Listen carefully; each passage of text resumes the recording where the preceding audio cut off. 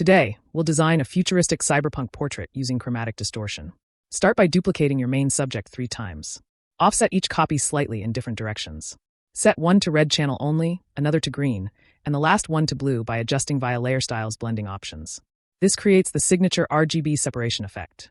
Use a soft mask to keep the distortion only around the edges of the face and hair.